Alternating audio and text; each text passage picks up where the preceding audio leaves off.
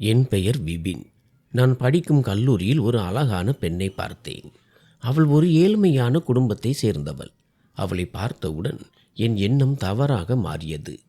ஏனென்றால் அவளது அழகு என்னை அந்த அளவுக்கு கவர்ந்திருந்தது. எப்படியாவது அந்த பெண்ணை பயன்படுத்தி கொள்ள வேண்டும் என்று நான் நினைத்தேன். அவளுடன் நட்பு கொள்ள நான் பல முறை முயற்சி செய்தேன். ஆனால் அவள் தவறான வகை பெண் அல்ல. ஆண்களுடன் பழகுவது கூட தெரியாத மிகவும் கண்ணியமான குடும்பத்தை சேர்ந்த பெண் அவள். தேவையில்லாத வேலைகளுக்காக இல்லாமல் கல்லூரியில் படித்து தன் எதிர்காலத்தை உருவாக்க வேண்டும் என்ற நோக்கத்துடன் மட்டுமே அவள் வந்திருந்தாள். ஆனால் நான் ஒரு பணக்கார குடும்பத்தை சேர்ந்த மகன். நான் அவளுக்கு பின்னால் விடாப்பிடியாக அலைந்தேன். அவளை அனுபவிக்கும் வரை விடக்கூடாது என்று முடிவெடுத்தேன். மெல்ல மெல்ல அவளை என் பேச்சால் வளைக்க முயன்றேன். அவளிடம் பேசவும் நட்பை வளர்க்கவும் பார்த்தேன். ஆனால் அவள் என்னை தொடர்ந்து தவிர்த்து வந்தாள். ஒரு நாள் எனக்கு கோபம் வந்துவிட்டது. அவளை பலவந்தமாக ஒரு வகுப்பறைக்குள் இழுத்து சென்று தவறாக நடக்க முயன்றேன். அப்போது அவள் என் முகத்தில் ஒரு பலத்த அறையை விட்டாள். இனிமேல் என்னிடம் இப்படி நடக்காதே. மீண்டும் முயற்சி செய்தால் உன் மீது போலீஸில் புகார் அளிப்பேன். உன்னை காலேஜை விட்டே தூக்க செய்வேன் என்று எச்சரித்தாள். அவள் பேசியது எனக்கு மிகுந்த ஆத்திரத்தை ஏற்படுத்தியது. அந்த பெண்ணை பழி வாங்கியே தீருவேன் என்று அன்றே சபதம் எடுத்தேன். அவளது குடும்பத்தை பற்றி விசாரித்த போது அவள் தன் அம்மா மற்றும் மூத்த சகோதரியுடன் வசிக்கிறாள் என்பது தெரிந்தது. அவளது அம்மா எப்போதும் உடல்நிலை சரியில்லாமல் இருப்பார். அவள் எப்போது என்ன செய்கிறாள், எங்கே போகிறாள், எப்போது வீட்டில் தனியாக இருப்பாள் என்பதை கண்காணிக்க அவளது வீட்டின் அருகே ஒரு ஆளை நியமித்தேன். ஒரு நாள் என் ஆள் என்னை தொடர்பு கொண்டு, சார், அந்த பெண் இப்போது வீட்டில் தனியாக இருக்கிறாள் என்று சொன்னான். அவளது அம்மாவின் உடல்நிலை மிகவும் மோசமானதால் அவளது அக்கா அம்மாவை மருத்துவமனைக்கு அழைத்து சென்றிருக்கிறார். அந்த பெண் மட்டும் வீட்டில் இருக்கிறார். அவளது வீட்டிற்குள் நுழைய எனக்கு இது ஒரு நல்ல வாய்ப்பாக தெரிந்தது. உடனே நான் அவள் வீட்டிற்கு சென்றேன். நான் கதவை தட்டிய போது அவள் திறந்தாள். ஆனால் நான் முகமூடி அணிந்திருந்ததால் அவளால் என்னை அடையாளம் காண முடியவில்லை. நான் அவளை வீட்டிற்குள் தள்ளிவிட்டு வேகமாக உள்ளே நுழைந்து கதவை தாளிட்டேன். அவள் அலறத் தொடங்கினாள். அவள் கத்தி கொண்டும் நீ யார் என்று கேட்டுக்கொண்டும் இருந்தாள். ஆனால் நான் பலவந்தமாக அவள் வாயை மூடி அறைக்குள் இழுத்து சென்று அவளது கண்ணியத்தை சிதைத்தேன். அந்த போராட்டத்தின் போது என் முகத்தில் இருந்த முகமூடி விலகி என் முகம் தெரிந்துவிட்டது. அவள் என் முகத்தை தெளிவாக பார்த்து விட்டாள். அவள் என்னை தீட்டி தீர்த்தாள். அழுது கொண்டே என்னை பழி வாங்குவேன் என்று கதறினாள். ஆனால் எனக்கு அந்த வார்த்தைகளால் எந்த பாதிப்பும் இல்லை. என் வேலை முடிந்துவிட்டது. நான் அவளை பயன்படுத்தி கொண்டேன். இனி எனக்கு அந்த பெண்ணிடம் எந்த வேலையும் இல்லை. ஆனால் ஒரு பெண்ணின் சம்மதம் இல்லாமல் நான் செய்த முதல் காரியம் இதுதான். பொதுவாக நான் பெண்களுடன் நட்பு கொள்வேன். அவர்களுடன் இரவை கழிப்பேன். பிறகு அவர்களை விட்டு விடுவேன். ஆனால் அந்த பெண்கள் எப்போதும் அத்தகைய காரியங்களுக்கு சம்மதிப்பவர்களாகவே இருப்பார்கள். இந்த பெண் மிகவும் அழகாக இருந்ததால் என் மனம் அவளை விரும்பியது. இந்த பெண்ணின் வாழ்க்கையை சீரழித்த பிறகு ஏன் என்று தெரியவில்லை, எனக்குள் ஒரு விசித்திரமான பயம் ஏற்பட்டது. ஏனென்றால் முதல் முறையாக நான் ஒரு பெண்ணிடம் பலவந்தமாக நடந்து கொண்டேன். அடுத்த நாள் என் அப்பா லண்டனில் உள்ள தொழிலை கவனித்துக் கொள்வதற்காக என்னை லண்டன் செல்ல சொன்னார். நானும் உடனடியாக சம்மதித்தேன். அந்த பெண் என்னை காட்டி கொடுத்து விடுவாளோ என்ற பயம் எனக்குள் இருந்தது. ஆனால் அவள் அவ்வளவு எளிதாக வாய் திறக்க மாட்டாள் என்பதும் எனக்கு தெரியும். தன் மானத்திற்காக அவள் யாருக்கும் எதையும் சொல்ல மாட்டாள். ஏனென்றால் ஏழைகளுக்கு அவர்கள் மானம்தான் பெரிய விஷயம். நான் நினைத்தது போலவே நடந்தது. நான் லண்டனுக்கு குடிபெயர்ந்தேன். சில ஆண்டுகளுக்கு பிறகு லண்டனில் எனக்கு திருமணமானது. ஆனால் எனக்கு குழந்தை பிறக்கவில்லை. என் மனைவி நாம் மீண்டும் இந்தியாவுக்கே செல்லலாம் என்று கூறினாள். நான் இந்தியா வந்து என் வீட்டிற்குள் நுழைந்தபோது வேலைக்காரியின் குழந்தை ஓடி வந்து என் கால்களை கட்டி கொண்டது. அந்த குழந்தையின் மீது எனக்கு மிகுந்த அன்பு ஏற்பட்டது. அப்போது திடீரென்று அந்த குழந்தையின் அம்மா ஓடி வந்தாள். அவளது முகத்தை பார்த்த எனக்கு பேரிடியாக இருந்தது. ஏனென்றால் அவள் வேறு யாரும் அல்ல. ஒரு நாள் நான் ஆழ்ந்த உறக்கத்தில் இருந்தபோது திடீரென எனக்கு அப்படி தோன்றியது. யாரோ என்னை மீண்டும் மீண்டும் அழைப்பது போல இருந்தது. அப்பா, அப்பா என்று ஒரு பிஞ்சு உயிர் என்னை நோக்கி இழுத்து கொண்டு இருந்தது. நான் என் கண்களை திறக்க முயன்றேன். ஆனால் ஏதோ ஒரு பெரிய பள்ளத்திற்குள் விழுந்து கொண்டிருப்பது போல உணர்ந்தேன். என் உடலை அசைக்க முடியவில்லை. சத்தம் போட்டு அலற நினைத்தேன். ஆனால் குரல் வரவில்லை. என் மூளை வேலை செய்தது, ஆனால் உடல் மரத்து போய்விட்டது. திடீரென்று யாரோ என் தலையை பிடித்து பலமாக உலுக்கினார்கள். அடுத்த கணமே என் கண்கள் திறந்தன. என்னை உலுக்கி எழுப்பியது வேறு யாரும் அல்ல, என் மனைவி பிரீத்தி தான். அவள் என் மீது குனிந்து பதற்றத்துடன் பார்த்து கொண்டிருந்தாள். நான் திடுக்கிட்டு எழுந்து அமர்ந்தேன். உடல் முழுவதும் வேர்வையில் நனைந்திருந்தது. பிரீத்தி என்னை உற்று பார்த்து, விபின், உங்களுக்கு என்ன ஆச்சு? நலமாக இருக்கிறீர்களா? ஏன் இப்படி செய்கிறீர்கள் என்று கேட்டாள். நான் முதலில் வேர்வையை துடைத்து கொண்டேன். பிறகு ஒரு பெருமூச்சு விட்டு, எனக்கு ஸ்லீப் பேரலைஸ் ஏற்பட்டு விட்டது என்று அவளிடம் சொன்னேன். நான் எழுந்திருக்க போராடினேன், ஆனால் என்னால் முடியவில்லை. நீ எப்படி இங்கே வந்தாய்? நீ வேலைக்கு சென்றிருந்தாயே, இன்று உனக்கு விடுமுறை இல்லையே என்று கேட்டேன். அதற்கு அவள், ஆமாம், ஆனால் இன்று சீக்கிரம் வந்துவிட்டேன் என்றாள். அலுவலகத்தில் இருந்தபோது என் மனம் ஒருவித பதற்றத்தில் இருந்தது. அதனால்தான் சீக்கிரம் வந்தேன். நான் வீட்டிற்குள் நுழைந்தபோது அறையில் இருந்து உங்களது விசித்திரமான சத்தங்கள் கேட்டன என்று பிரீத்தி கூறி என் நெஞ்சோடு சாய்ந்து என்னை ஆற்றுப்படுத்த முயன்றாள். இப்போது நான் சற்றே தேறியிருந்தேன். அவள் கொடுத்த ஒரு கிளாஸ் தண்ணீரையும் ஒரே மூச்சில் குடித்து முடித்தேன். அவள் என் தோள் மீது கை வைத்து, உடல்நிலை சரியாக இல்லை என்றால் நாம் மருத்துவரிடம் செல்லலாம் என்றாள். நான் வேண்டான் பிரீத்தி, நான் நலமாகத்தான் இருக்கிறேன் என்று மறுத்தேன். பிறகு செருப்பை மாட்டிக்கொண்டு குளியலறை நோக்கி சென்றேன். ஒருவேளை தூக்கமின்மையால் இப்படி நடந்திருக்கலாம் என்று கூறிக்கொண்டே நான் குளித்துவிட்டு வருகிறேன். அதன் பிறகு நாம் வெளியே சாப்பிட செல்லலாம். வெளிக்காற்று பட்டால் என் மனம் இன்னும் நிம்மதியாகும் என்றேன். பிரீத்தி, சரி, நானும் தயாராகிறேன் என்று கூறி சென்றாள். நான் சவருக்கு கீழே நின்றிருந்த போதும் என் காதுகளில் அந்த சத்தமே ஒலித்து கொண்டிருந்தது. அப்பா, அப்பா என்று தினமும் என்னை அழைக்கும் அந்த சிறு உயிர் யார் என்று எனக்கு தெரியவில்லை. நான் எப்போது உறங்க சென்றாலும் என் கனவில் ஒரு குழந்தை வந்து தவிப்புடன் என்னை கூப்பிடுவது போலவே இருந்தது. சிறிது நேரத்திற்கு பிறகு நான் குளித்துவிட்டு வெளியே வந்தபோது என் மனைவி கண்ணாடியின் முன் அமர்ந்து மேக்கப் செய்து கொண்டிருந்தாள். நானும் உடை மாற்றி தயாரானேன். கண்ணாடியின் முன் நின்று தலைவாரி கொண்டிருந்த போது அவள் என்னை பார்த்து, விபின், நாம் இந்தியாவுக்கு திரும்பி போகலாம் என்று நினைக்கிறேன். வீட்டுக்காரர்களை பார்த்து 5 வருடங்கள் ஆகிவிட்டன. அங்கே எல்லாம் எப்படி இருக்கிறதோ தெரியவில்லை. உங்கள் பெற்றோரும் பல முறை இங்கு வந்துவிட்டு நாம் நம் நாட்டை மறந்துவிட்டோம் என்று வருத்தப்பட்டு சொல்கிறார்கள். ஒருவேளை அவர்கள் உங்களை மிகவும் நினைத்து ஏங்குகிறார்களோ என்னவோ. அதனால்தான் உங்கள் உடல்நிலை இப்படி பாதிக்கப்படுகிறதோ என்று தோன்றுகிறது. என் அம்மாவும் பல முறை என்னை இந்தியாவுக்கு வர சொல்லிவிட்டார். குறைந்தபட்சம் சில நாட்களாவது வந்து பார்த்துவிட்டு போக சொன்னார்.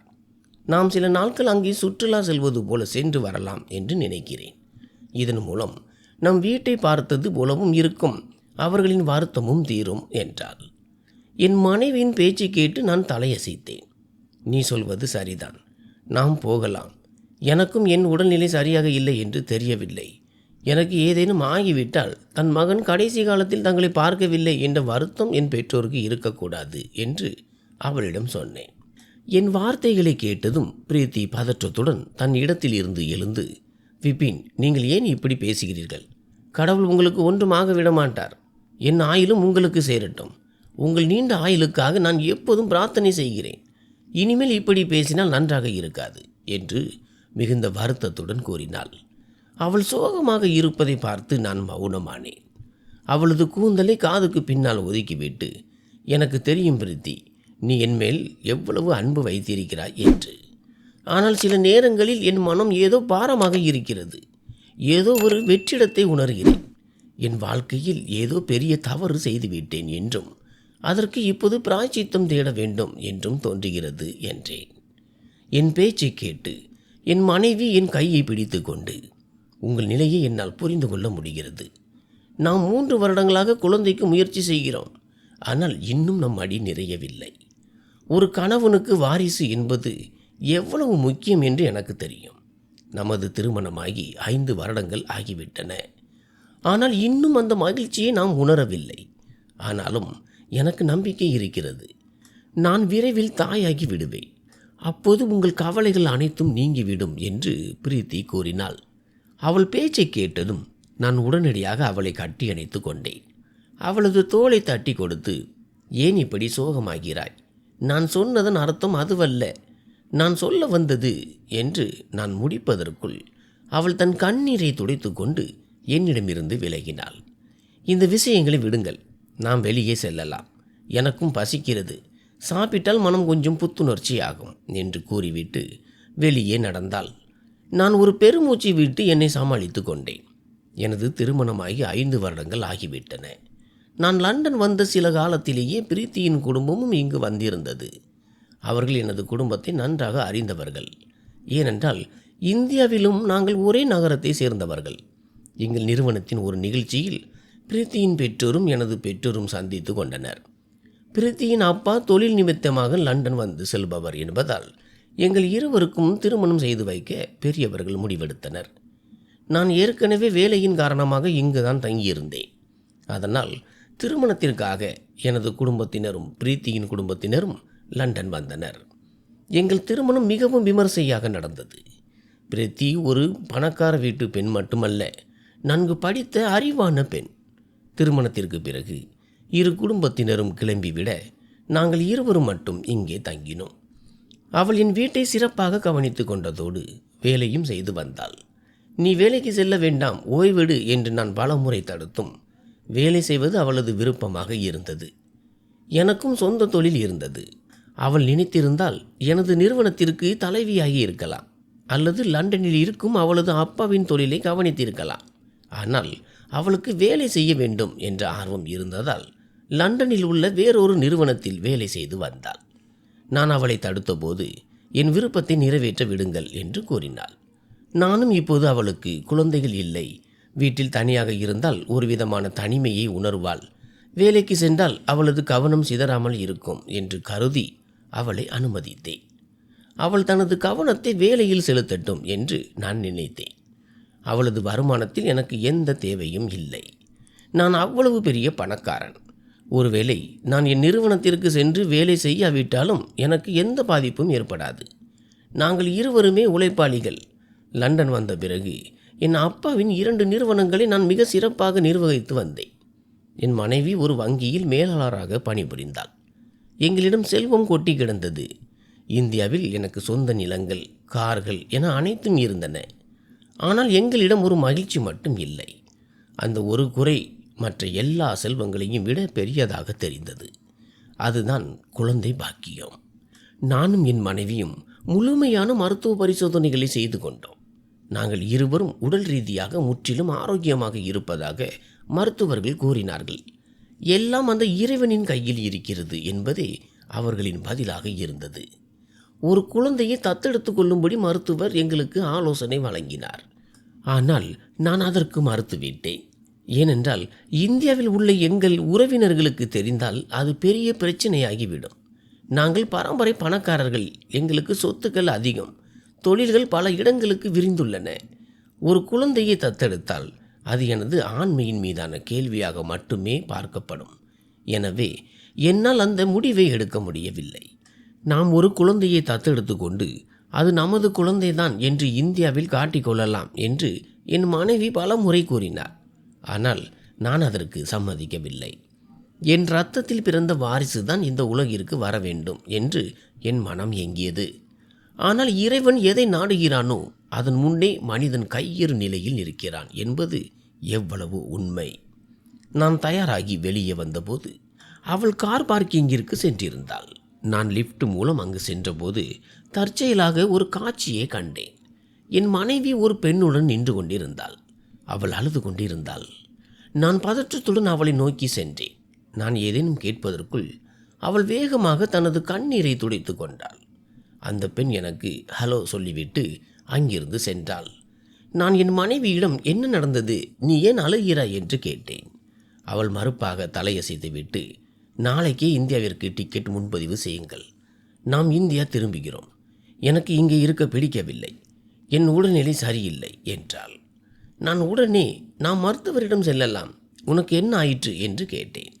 அதற்கு அவள் சொன்னாள், நான் உங்களிடம் எவ்வளவு சொன்னேனோ அவ்வளவு மட்டும் செய்யுங்கள், நாம் இனி இங்கே தங்கியிருக்க மாட்டோம், எனக்கு இந்தியா போக வேண்டும்.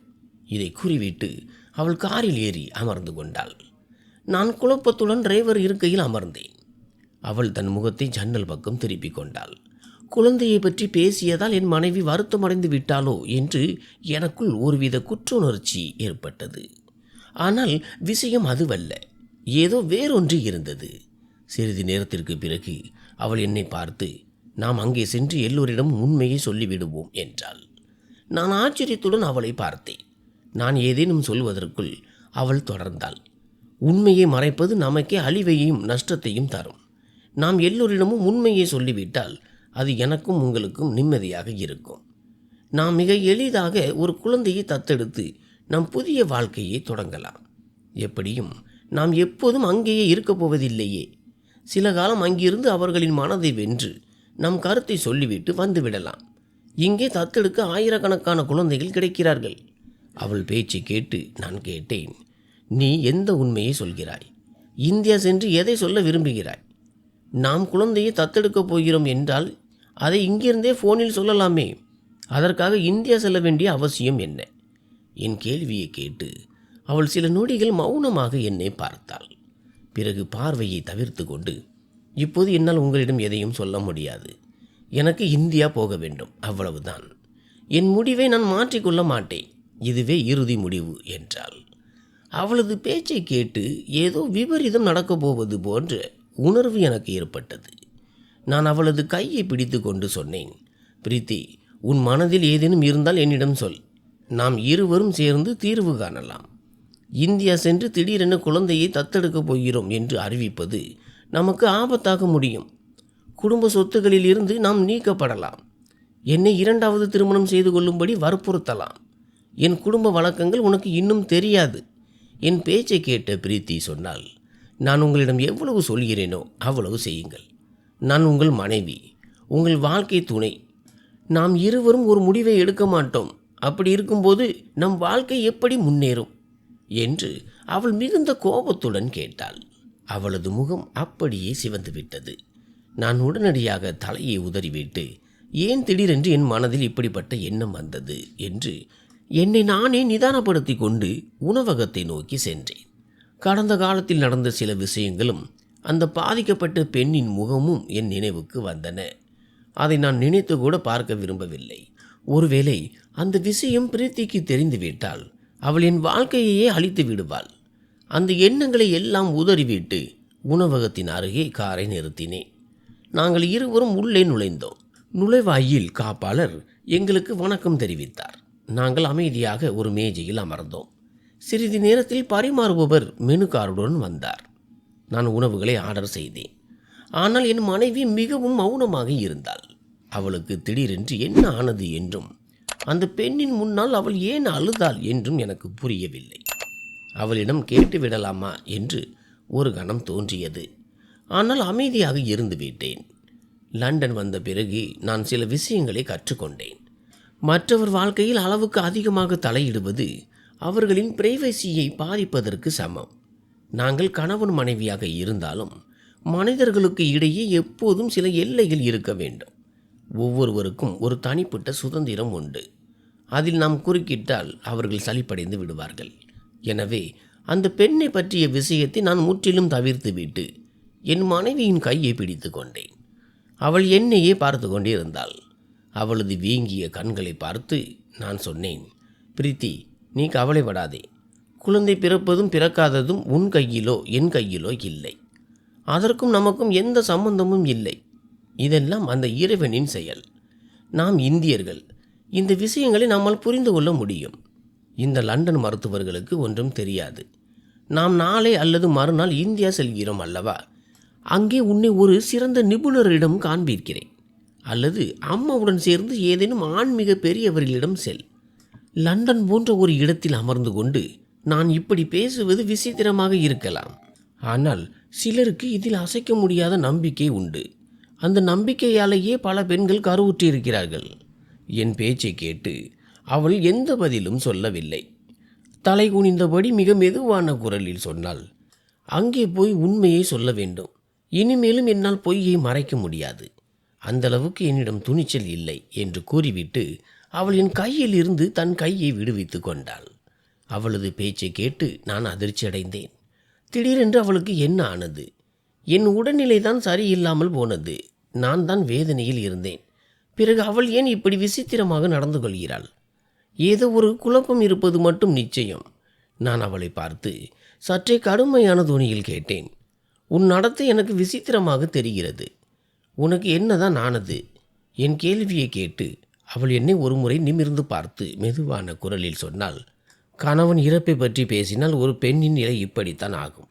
இப்படியே நான் மௌனமாக இருந்தால் என் மீது விதவை என்ற முத்திரை குத்தப்படும் நாள் தொலைவில் இல்லை.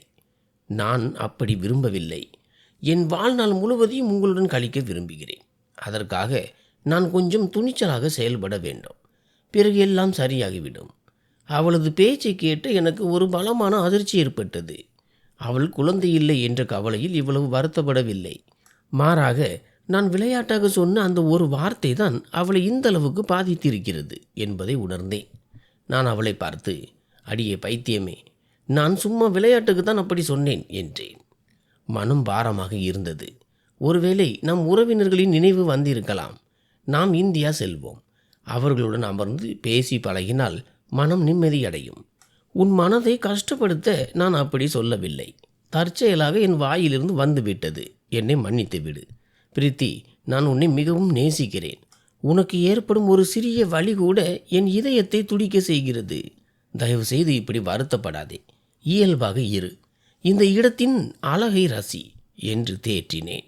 என் பேச்சை கேட்டு அவள் லேசாக புன்னகைத்தாள். என் கையை தட்டி கொடுத்து, நான் சொல்கிறேன் அல்லவா, இந்தியா சென்று உங்கள் அனைவருக்கும் மகிழ்ச்சியை கொடுப்பேன் என்றாள். உங்கள் கவலைகள் அனைத்தையும் போக்கி விடுவேன். உங்கள் மனபாரத்தை நீக்கி விடுவேன். உங்களை ஒரு புதிய உலகிற்கு அழைத்து செல்வேன்.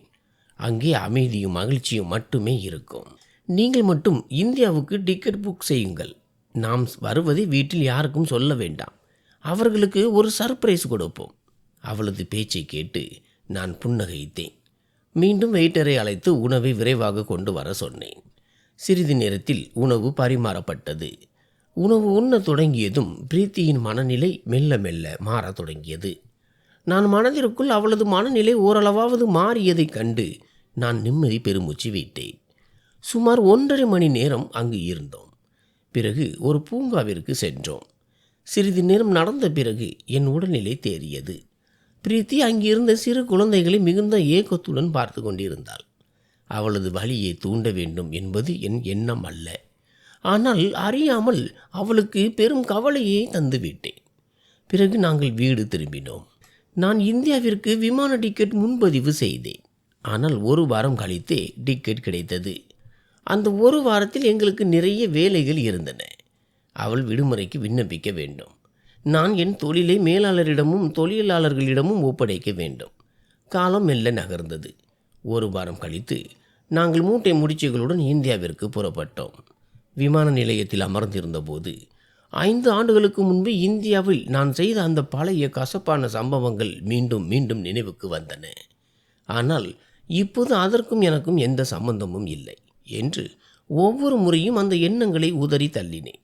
சிறிது நேரத்தில் அறிவிப்பு வர நாங்கள் விமானத்தில் ஏறினோம்.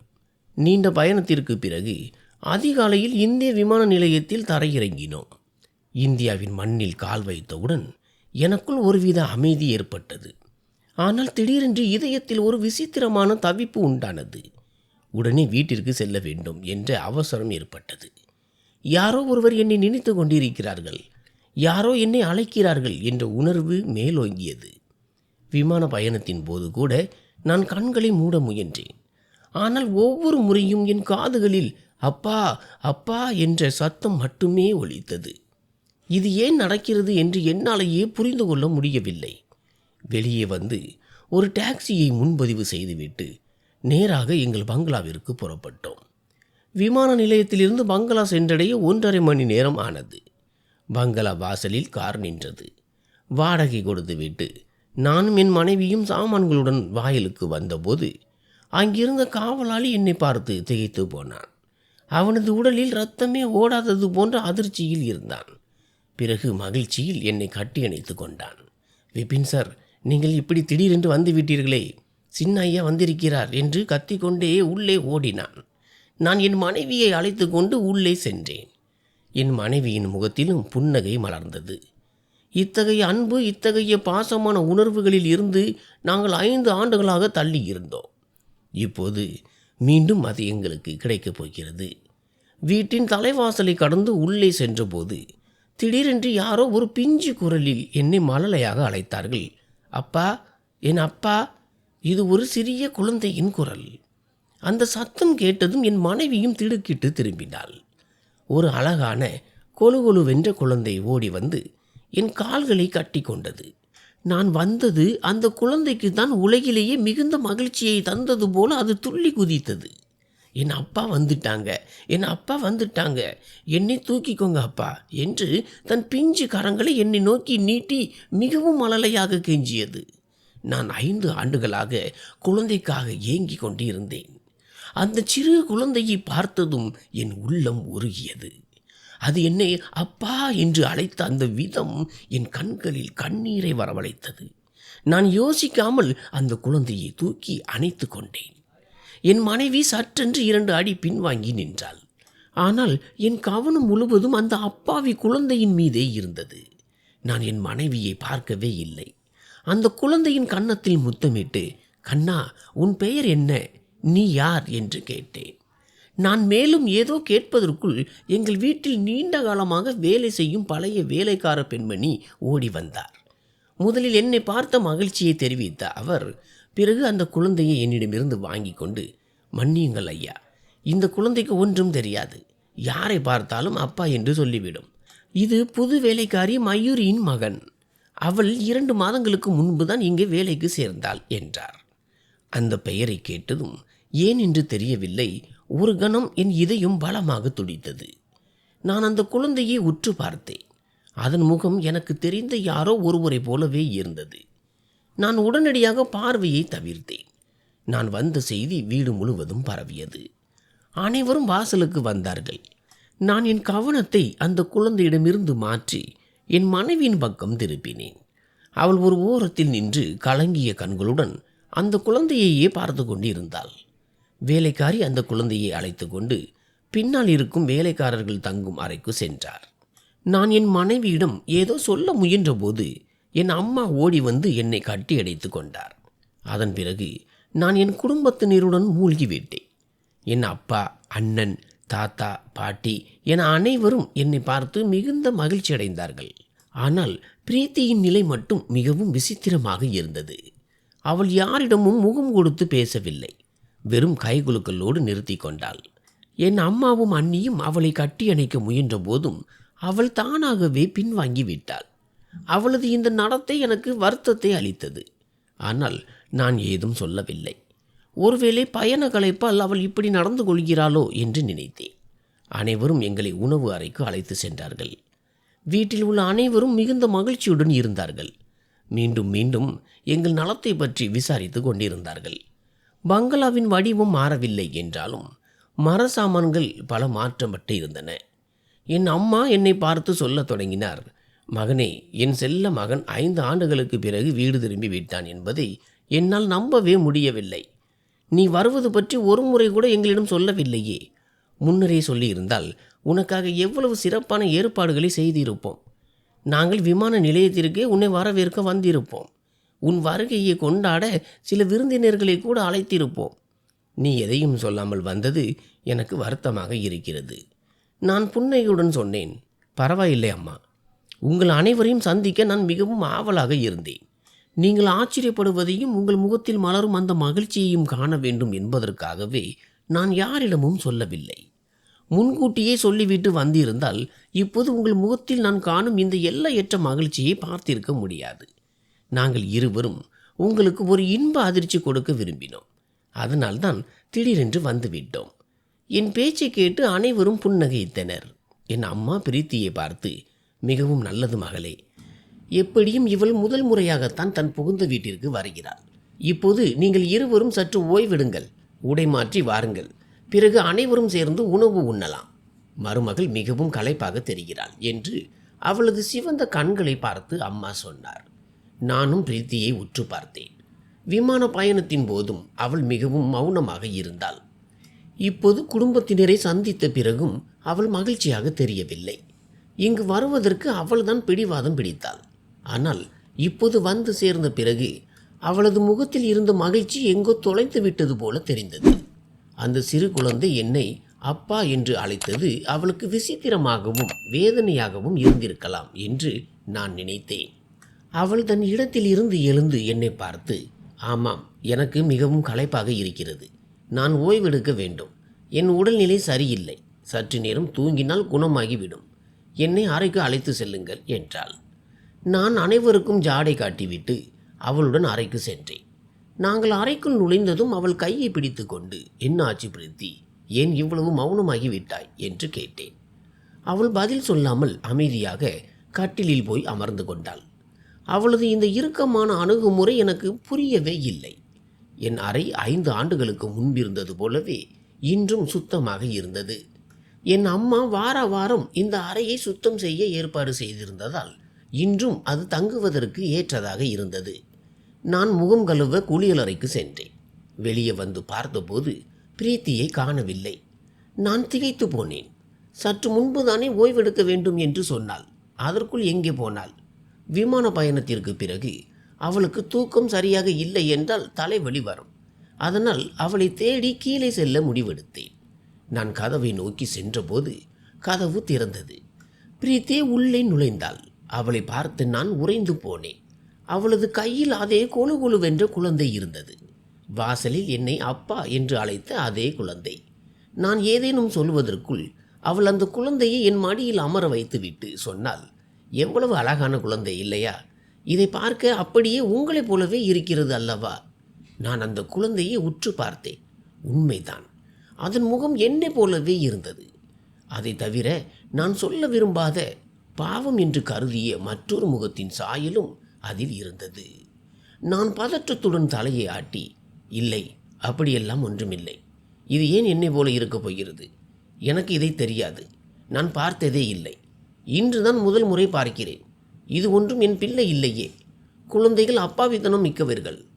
இந்த குழந்தைக்கு ஒரு 4 வயது இருக்கும்.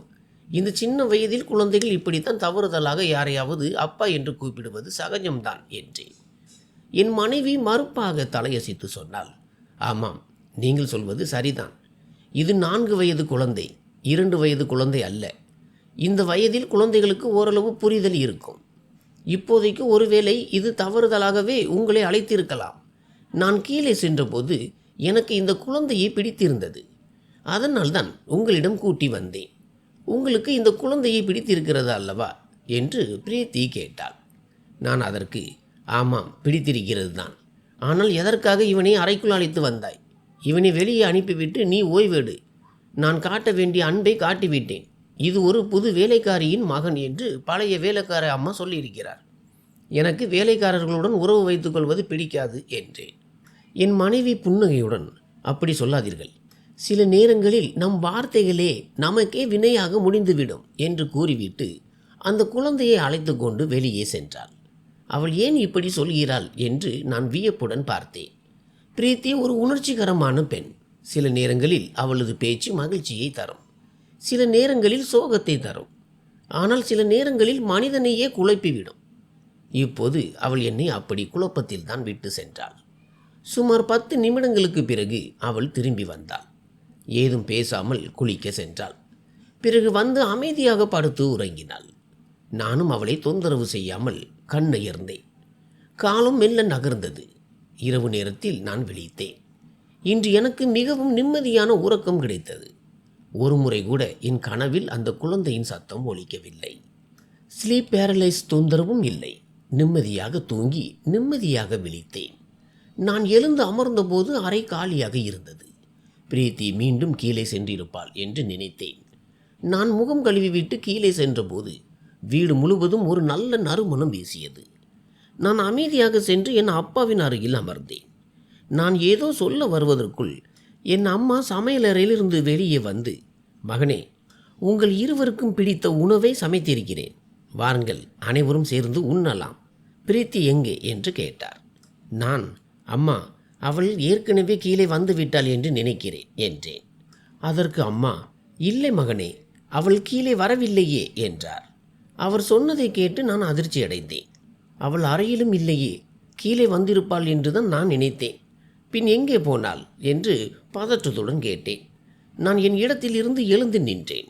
அவளுக்கு இந்த வீட்டை பற்றி அவ்வளவாக தெரியாது. இன்னும் வீட்டை முழுமையாக சுற்றி கூட பார்க்கவில்லை என்று கூறிக்கொண்டே அவளை தேடத் தொடங்கினேன். வீட்டை அவள் இன்னும் முழுமையாக சுற்றி பார்க்கவில்லை. காலையில் தான் அவளுக்கு வீட்டை சுற்றி காட்டலாம் என்று இருந்தேன். அவள் எங்கே போனாள் என்று தெரியவில்லை என்று நான் பதற்றத்துடன் சொன்னேன். அப்போது சமையல் அறையிலிருந்து வெளியே வந்த வேலைக்கார அம்மா என்னை பார்த்து, தம்பி, சின்ன மருமகளை நான் வேலைக்காரி மயூரியின் அறைப்பக்கம் போக பார்த்தேன். அவளது குழந்தையை மடியில் வைத்து விளையாடி கொண்டு இருந்தாள் என்றார். எனக்கு கோபம் பொங்கியது.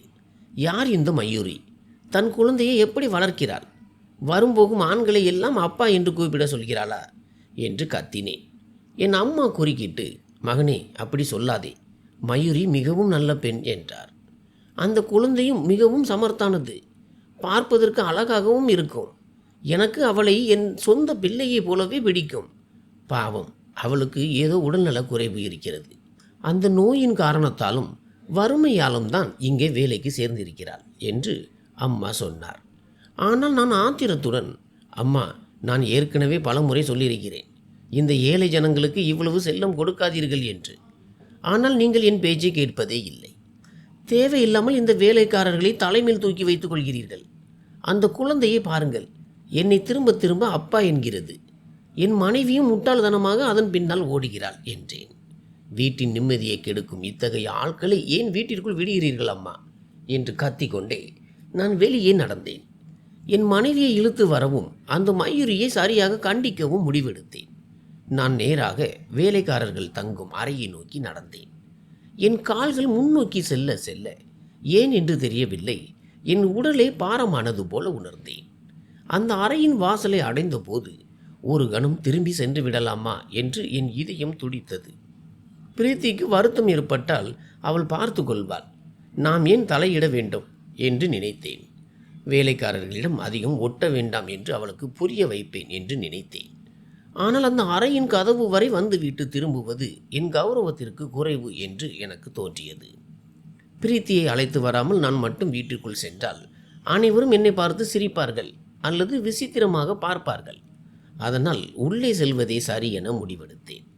வேலைக்காரர்கள் தங்கும் பகுதிக்கு சென்றபோது வரிசையாக பல அறைகள் இருந்தன. இரண்டாவது அறையின் வாசலில் ஒரு சிறிய மிதிவண்டி இருப்பதை கண்டேன்.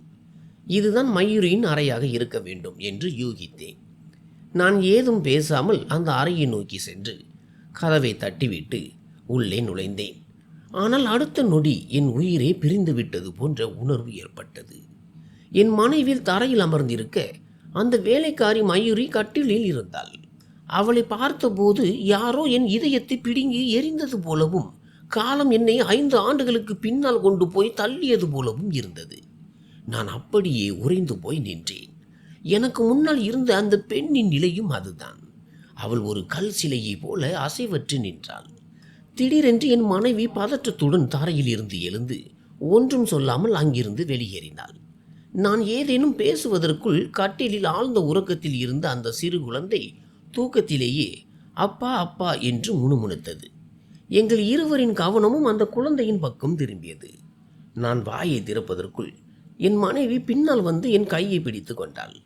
அறைக்கு நடங்கள், அங்கே பேசலாம், இங்கே பேசுவது சரியல்ல என்றாள். எனக்கு அங்கிருந்து ஓடிவிட வேண்டும் என்றுதான் தோன்றியது. ஆனால் என் கண்கள் அந்த வேலைக்காரியின் முகத்திலேயே நிலைத்திருந்தன. அவளது கண்களுக்கு கீழே கருவளையங்கள் விழுந்திருந்தன. அவளது நிறம் மங்கி போயிருந்தது. அவளது தலைமுடி கலைந்து கிடந்தது. நீண்ட நாட்களாக அவள் ஏதோ ஒரு பெரும் துயரத்தில் இருப்பது போல தெரிந்தது. அங்கிருந்து வெளியேறுவதே நல்லது என்று எனக்கும் தோன்றியது. அதனால் நான் பிரீத்தியுடன் அந்த அறையை விட்டு வெளியேறி நேராக பங்களாவிற்குள் வந்தேன். டைனிங் டேபிளில் உணவு தயாராக இருந்தது. என் அம்மா எங்களை சாப்பிட அழைத்தார். ஆனால் நான் யாரிடமும் பேசாமல் நேராக என் அறைக்கு சென்றேன். பிரீத்தி பேசிய விதத்திலிருந்து ஒன்று மட்டும் தெளிவாக தெரிந்தது. பிரீத்திக்கு அந்த பெண்ணை பற்றி ஏற்கனவே நிறைய விஷயங்கள் தெரிந்திருக்கின்றன. ஏனென்றால் அந்த பெண் சாதாரணமான ஒரு பெண் அல்ல. அவள் என் கடந்த காலத்தின் ஒரு மிகப்பெரிய கசப்பான உண்மை. நான் அறைக்குள் நுழைந்த போது பிரீத்தி சோபாவில் அமர்ந்து அழத் தொடங்கினாள். சிறிது நேரம் என் நிலையும் அப்படியே இருந்தது. எந்த பாவத்தை நினைத்து நான் ஒவ்வொரு நாளும் துடித்தேனோ, எது என்னை எப்போதும் வேதனையில் தள்ளியதோ அந்த பாவம் வேறு எங்கும் இல்லை, என் சொந்த வீட்டிலேயே குடியிருந்தது. நான் சில நொடிகள் யோசித்து பிரீத்தியின் அருகில் அமர்ந்தேன். நான் ஏதேனும் சொல்வதற்கு முன் அவள் கதறி அழத் தொடங்கினாள். அவள் இப்படி அழுவது எனக்கு விசித்திரமாக தெரிந்தது. அது என்னை மேலும் வேதனைக்குள்ளாக்கியது. நான் சற்றே கடுமையான குரலில் கேட்டேன், எனக்கு ஏதேனும் சொல்லப் போகிறாயா அல்லது அழுது கொண்டே இருக்கப் போகிறாயா? இதையெல்லாம் செய்யத்தான் என்னை இந்தியாவிற்கு அழைத்து வந்தாயா? என் பெற்றோரிடம் சொல்ல வேண்டிய அந்த உண்மை என்ன? இந்த பெண் மயூரியே உனக்கு ஏற்கனவே தெரியும் என்று நினைக்கிறேன். தயவு செய்து என்ன விஷயம் என்று சொல். என் பேச்சை கேட்ட அவள் திடீரென்று தன் முழு பலத்துடன் என் முகத்தில் ஒரு பலத்த அறையை விட்டாள். என் சட்டையை பிடித்து உலுக்கிக் கொண்டே சொன்னாள், நீ எவ்வளவு கேவலமானவன் என்ற உண்மை எனக்கு தெரியாது என்று நினைத்தாயா? எல்லாம் எனக்கு தெரிந்துவிட்டது. உன் காதலில் குருடியாகி ஒரு பெண்ணின் வாழ்க்கையை உன்னால் நான் அழித்து விட்டேன். அதற்கான தண்டனையைத்தான் நான் இப்போது அனுபவிக்கிறேன். அதனால் தான் எனக்கு குழந்தை பிறக்கவில்லை. அவள் சொன்னதை கேட்டு நான் திகைத்து போனேன். மயூரியின் வாழ்க்கையை நான் தானே அழித்தேன். அவள் ஏன் அந்த பழியை தன் மீது போட்டுக்கொள்கிறாள்? நான் அவளிடம் சொன்னேன், மயூருக்கு தீங்கி இழைத்தது நான் தான், அந்த பாவத்தை செய்தது நான் தான். நீ ஏன் அதை உன் தலைமையில் ஏற்றுக்கொள்கிறாய்? என் பேச்சை கேட்டு அவள் சில நொடிகள் மௌனமாக இருந்தாள். பிறகு அவள் சொன்னாள், நீங்கள் மயூரியின் வாழ்க்கையை சீரழித்து விட்டு லண்டனுக்கு தப்பி சென்றபோது விதி அவளை என்னிடம் கொண்டு வந்து சேர்த்தது. அவளது உடல்நிலை மிகவும் மோசமாக இருந்தது. அடுத்த நாள் அவளது அம்மாவும் சகோதரியும் அவளை ஒரு மருத்துவமனையில் அனுமதித்தார்கள். அங்கே நானும் இருந்தேன். அவர்கள் மிகவும் ஏழைகள். நானும் லண்டன் கிளம்ப வேண்டியிருந்தது. என் உடல்நிலை சரியில்லாததால் பரிசோதனைக்காக சென்றிருந்தேன். ஆனால் அந்த வழக்கை பார்த்தபோது என் கண்களில் கண்ணீர் வந்து விட்டது. ஒரு பெண்ணின் கண்ணியம் சிதைக்கப்பட்டிருந்தது. போலீஸில் புகார் செய்யுங்கள் என்று மருத்துவர் அவளது குடும்பத்தினரிடம் கூறிக்கொண்டிருந்தார். அப்போது மருத்துவர் அது ஒரு போலீஸ் கேஸ் என்று சொன்னார். ஆனால் மயூரியின் அம்மாவும் சகோதரியும் கௌரவமானவர்கள். அவர்கள் மறுத்துவிட்டார்கள். மயூரிக்கு இந்த நிலையை ஏற்படுத்திய அந்த மிருகம் யார் என்று தங்களுக்கு தெரியாது என்றும் மயூரி எதையும் சொல்லும் நிலையில் இல்லை என்றும் அவர்கள் கூறினார்கள். தங்கள் மானம் போய்விடக்கூடாது என்பதற்காக அவர்கள் சிகிச்சையோடு நிறுத்தி கொள்ள விரும்பினார்கள். இதையெல்லாம் பார்த்து எனக்கு அவர்கள் மேல் இரக்கம் வந்தது. அவர்கள் ஏழைகள். சிகிச்சைக்கு கூட பணம் இல்லை. நான் மனிதாபிமான அடிப்படையில் அவளது சிகிச்சைக்கு பணம் கொடுத்து உதவினேன். ஆனால் மயூரிக்கு துரோகம் இழைத்த அந்த மனிதன் வேறு யாருமல்ல, என் கணவன் தான் என்பது அப்போது எனக்கு தெரியாது. நான் லண்டன் கிளம்பி கொண்டிருந்ததால் என் தோழி ஒருத்தியிடம் மயூரியின் முகவரியை கொடுத்து அவளுக்கு தேவையான உதவிகளை செய்ய சொன்னேன். என் தோழி அவ்வப்போது அவளை பற்றிய செய்திகளை சொல்லிக்கொண்டே இருப்பாள். 2 மாதங்களுக்கு பிறகு மயூரி கர்ப்பமாக இருப்பதாக அவள் சொன்னாள். நான் அவளிடம் மயூரியிடம் பேச சொல்லி இந்த கருவை கலைத்து விடு என்று கூற சொன்னேன். ஆனால் விதி வேறொன்றை தீர்மானித்திருந்தது. கருவை கலைக்க முயன்றால் அந்த பெண் இறந்து விடுவாள் என்று மருத்துவர்கள் எச்சரித்தனர். நான் பயந்து போய் என் தோழியிடம் மேற்கொண்டு எதுவும் செய்ய வேண்டாம் என்று கூறிவிட்டேன். அதன் பிறகு உங்களுடன் திருமண வாழ்க்கையில் பிஸியாகிவிட்டதால் மயூரியை பற்றி விசாரிக்கவே இல்லை. ஆனால் அன்று லண்டனில் என் தோழியை தற்செயலாக சந்தித்த போது மயூரியின் வாழ்க்கையை சீரழித்தது நீங்கள்தான் என்று அவள் சொன்னபோது என் தலை சுற்றியது. என் சொல்லுக்காக மயூரிக்கு உதவி செய்து வந்த என் தோழிக்கு முழு உண்மையும் தெரிந்திருந்தது. மயூரிக்கு ஏதோ பெரிய நோய் ஏற்பட்டிருப்பதாகவும் அவள் அதிக நாட்கள் உயிர் பிழைக்க வாய்ப்பில்லை என்றும் மருத்துவர்கள் சொன்னதாக என் தோழி கூறினாள். என் தோழிக்கும் திருமணமாகி அவள் தன் வாழ்க்கையில் பிஸியாகிவிட்டாள். மயூரியின் சகோதரிக்கும் திருமணம் ஆகிவிட்டது. அவளது அம்மாவும் இறந்து விட்டார். இப்போது அவளுக்கு உதவ யாரும் இல்லை. தன் குழந்தையை தூக்கி கொண்டு அவள் தெரு தெருவாக அலைந்து கொண்டிருந்தாள். மயூரிக்கு உதவ யாரும் இல்லாததால் அவள் மற்றவர் வீடுகளில் வேலை செய்ய தீர்மானித்தாள். விதி அவளை இழுத்து வந்து உங்கள் வீட்டிலேயே நிறுத்தியது. இங்கே வேலைக்கு வந்தபோதுதான் நீங்கள் இந்த வீட்டின் இளைய மகன் என்பது அவளுக்கு தெரிந்தது. உங்களுடைய புகைப்படத்தை பார்த்ததும் தன் வாழ்வை சீரழித்த அந்த மிருகத்தின் வீட்டிற்கே தான் வந்து விட்டதை அவள் உணர்ந்தாள். அவள் கதறி அழுதாள். வேலையை விட்டு ஓட நினைத்தாள். ஆனால் உங்கள் அம்மா அவளுக்கு கொடுத்த மரியாதையும் உதவியும் அவளை அங்கேயே இருக்க வைத்தது. எப்படியும் நீங்கள் இங்கே இல்லையே, லண்டனில் தானே இருக்கிறீர்கள். அதனால் அவள் அமைதியாக இங்கே வேலை செய்து கொண்டே தன் நோய்க்கு சிகிச்சையும் எடுத்துக்கொண்டு மகனையும் வளர்க்கலாம் என்று முடிவு செய்தாள். என் சொல்லுக்காக அவளுக்கு உதவி செய்து வந்த என் தோழி வைசாலியை அவள் ஒரு நாள் சந்தித்தாள். இம்முறை மயூரியால் உண்மையை மறைக்க முடியவில்லை. வைசாலியிடம் அனைத்தையும் கொட்டிவிட்டாள். என் தோழி வைசாலி இப்பொழுது தன் கணவருடன் லண்டனில் வசிக்கிறாள். நான் அவளை சந்தித்த போதுதான் மயூரி என் புகுந்த வீட்டிலேயே இருப்பதையும் அவளுக்கு துரோகம் செய்தது நீங்கள்தான் என்பதையும் சொன்னாள். இதை சொன்ன பிறகு என்னால் லண்டனில் ஒரு நிமிடம் கூட இருக்க முடியவில்லை. இந்தியா சென்று மயூரியையும் அவள் மகனையும் சந்திக்க வேண்டும், உங்கள் சுயரூபத்தை அனைவருக்கும் காட்ட வேண்டும் என்று முடிவெடுத்தேன். நான் இவ்வளவு காலம் பரிதாபப்பட்ட அந்த பெண் என் கணவரின் கொடூரத்திற்கு பலியானவள் என்பது எனக்கு தெரியாது. பிரீத்தியின் பேச்சை கேட்டு நான் உறைந்து போனேன். இதில் பிரீத்தியின் மீது எந்த தவறும் இல்லை. மிகப்பெரிய குற்றவாளி நான் தான். பிரீத்தி அவளை காப்பாற்றினாள். அவளுக்கு உண்மை தெரியாது. உண்மை தெரிந்ததும் அவளால் சும்மா இருக்க முடியவில்லை. என்னை இங்கே இழுத்து வந்தாள். என் மனைவியை குற்றம் சொல்ல எனக்கு எந்த தகுதியும் இல்லை. அன்று கல்லூரியில் மயூரியின் மீது கை ஓங்கியது தவறல்ல, என் மீதுதான் பிழை இருந்தது. அவளை ஒரு பொம்மையைப் போல பயன்படுத்த நினைத்தேன். அவள் அதற்கு சம்மதிக்காததால் அதிகாரத்தை பயன்படுத்தி அவளை சிதைத்தேன். ஆரம்பத்திலிருந்தே நான் ஒரு பணக்கார தந்தையின் கெட்டுப்போன மகனாகவே வளர்ந்தேன். மிக சரியான திட்டமிடலுடன் மயூரியின் கௌரவத்தை சிதைத்துவிட்டு லண்டன் சென்ற பிறகு அவளை முற்றிலுமாக மறந்துவிட்டேன். சில நேரங்களில் என் தவறை நினைத்து வெட்கப்பட்டிருக்கிறேன். அதனால்தான் லண்டன் சென்ற பிறகு என்னை மாற்றிக்கொண்டேன். பிரீத்தியை திருமணம் செய்த பிறகு பழைய தேவையற்ற எண்ணங்கள் மறைந்து என் மனைவிக்கு உண்மையானவனாக மாறினேன். ஆனால் 5 ஆண்டுகளுக்கு பிறகு இன்று என் சொந்த வீட்டிலேயே என் சொந்த வாரிசுடன் அவளை பார்த்தபோது நான் ஒரு கல் சிலையாகி போனேன். யாரிடம் உண்மையை மறைக்க நினைத்தேனோ அவளே இந்த உண்மையின் ஒரு பகுதியாக இருந்தாள். சிறிது நேரம் அங்கேயே அமர்ந்திருந்தேன். பிறகு ஏதோ முடிவெடுத்து வேலைக்காரர்கள் தங்கும் பகுதியை நோக்கி நடந்தேன். இப்போது நான் அனைத்தையும் சரி செய்ய வேண்டும். ஒருவேளை இதற்காகத்தான் இறைவன் என்னை மீண்டும் இந்தியாவிற்கு அனுப்பியிருப்பான் போல. ஒவ்வொரு இரவும் என் கனவில் அப்பா அப்பா என்று என்னை அழைத்த அந்த பிஞ்சு உயிர் இன்று என் கண்முன்னே இருந்தது. நான் மீண்டும் அந்த அறைக்கு சென்று ஏதும் பேசாமல் மயூரியின் காலடியில் விழுந்து கதறி அழுது மன்னிப்பு கேட்டேன். இறைவன் எனக்கு மிக கொடூரமான தண்டனையை கொடுத்திருந்தார். நான் ஒரு பெண்ணின் வாழ்வை அளித்தேன். அதனால் இறைவன் என் நிம்மதியை அளித்தார்.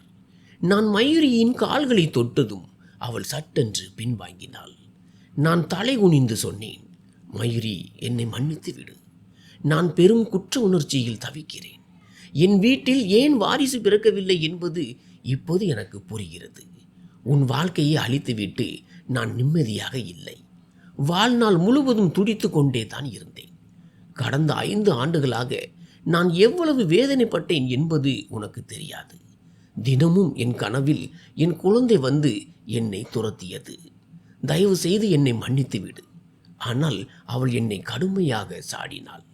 உங்களால் நான் எதற்கும் லாயக்கற்றவளாகி போனேன். இப்போது எனக்கு ஒரு கொடிய நோய் ஏற்பட்டுள்ளது. நான் நீண்ட காலம் உயிர் வாழப் போவதில்லை. என் குழந்தையை என்னால் வளர்க்க முடியாது என்று கூறி அழுதாள். அவளுக்கு புற்றுநோய் முற்றிய நிலையில் இருந்தது. அவள் தொடர்ந்தாள், விபின், எங்களை போன்ற ஏழைகளுக்கு மானம்தான் எல்லாம். நானும் ஒரு தாயின் கௌரவமான மகள்தான். ஆனால் இன்று ஒரு வேலைக்காரியாக நிற்கிறேன். எனக்கு யாரும் இல்லை. இதற்கெல்லாம் நீங்கள் தான் காரணம். நானே என் கையால் சிதைத்த அனைத்தையும் என் கையாலேயே சரி செய்வேன் என்று நான் கூறினேன். ஆனால் மயூரி இனி எதையும் மாற்ற முடியாது என்று மறுத்தாள். நான் விடாமல், அப்படி சொல்லாதே, உன்னை லண்டனுக்கு அழைத்து சென்று சிறந்த சிகிச்சை அளிப்பேன் என்றேன். அவள், நான் சாவதை கூட ஏற்றுக்கொள்வேன், ஆனால் உங்களுடன் வரமாட்டேன் என்பதில் உறுதியாக இருந்தாள். ஆனால் என்னால் உண்மையை இனி மறைக்க முடியாது. மயூரியையும் குழந்தையையும் பங்களாவிற்குள் அழைத்து சென்று என் குடும்பத்தினரிடம் அனைத்து உண்மைகளையும் சொன்னேன். அவர்கள் அதிர்ச்சியில் உறைந்து போனார்கள். என் அம்மா கதறி அழுதார். என் அப்பா மிகுந்த ஆத்திரமடைந்தார். உண்மையை சொல்லும்போது என் இதயம் வெடித்து விடும் போல் இருந்தது. இனி இந்த குழந்தையை அனாதையாக விடமாட்டேன். இதற்கு என் பெயரையும் அங்கீகாரத்தையும் தருவேன் என்று சொன்னபோது அனைவரும் திகைத்தனர். பிரீத்தி அமைதியாக இதையெல்லாம் கேட்டுக்கொண்டிருந்தாள். அவளுக்கும் அநீதி இழைக்கப்பட்டிருந்தது. ஆனாலும் அவள் மயூரியையும் குழந்தையையும் லண்டனுக்கு அழைத்து செல்ல சம்மதித்தாள். சில நாட்களுக்கு பிறகு நாங்கள் லண்டன் சென்றோம். அங்கே மயூரிக்கு சிறந்த சிகிச்சைகளை வழங்கினேன். எப்படியாவது அவளை காப்பாற்றி என் பாவத்திற்கு பிராயச்சித்தம் தேட முயன்றேன். ஆனால் அது நடக்கவில்லை. லண்டன் சென்ற 4-5 நாட்களிலேயே மயூரியின் உடல்நிலை மிக மோசமாகி அவள் இறந்து விட்டாள். என் மனைவியே அந்த குழந்தையை பொறுப்பேற்று கொண்டாள். நான் அவளிடம் மன்னிப்பு கேட்டுக்கொண்டே இருந்தேன். ஆனால் அவள் என்னை மன்னிக்காமலேயே இந்த உலகத்தை விட்டு பிரிந்தாள். மயூரியின் மறைவுக்காக நானும் என் மனைவியும் விம்மி விம்மி அழுதோம். இவ்வாறு மயூரி எங்களை விட்டு சென்றாலும் என் வாரிசு எனக்கு கிடைத்தது. ஒருவேளை எனக்கு சொந்த வாரிசு இருந்தும் அதை நான் அறியாமல் இருந்ததால் தான் இறைவன் இவ்வளவு காலம் எனக்கு குழந்தை பாக்கியம் தராமல் இருந்தாரோ என்னவோ. என் மகன் கிடைத்த பிறகு என் வாழ்க்கையில் மகிழ்ச்சி திரும்பியது. என் மனைவி அவனை கண்ணும் கருத்துமாக தன் சொந்த பிள்ளையைப் போலவே வளர்த்தாள். அவளது மடியும் நிறைந்திருந்தது. நாம் நன்மை செய்தால் இறைவனும் நமக்கு தீங்கு செய்ய மாட்டான் என்பார்கள். இப்போது நான் என் மனைவி மற்றும் மகனுடன் மகிழ்ச்சியாக வாழ்கிறேன். ஆனாலும் மயூரியின் நினைவு இன்றும் என்னை வாட்டுகிறது. இறப்பதற்கு முன் அவள் ஒரு முறை என்னை மன்னித்திருக்க கூடாதா என்று ஏங்குகிறேன். ஆனால் ஒன்று மட்டும் நல்லது, அவளது குழந்தையை என்னிடம் ஒப்படைத்த பிறகே இறைவன் அவளது மூச்சை நிறுத்தினார். இல்லை என்றால் என் மகன் தெரு தெருவாக அலைந்திருப்பான். என் பாவங்களும் அதிகரித்திருக்கும். நன்றி.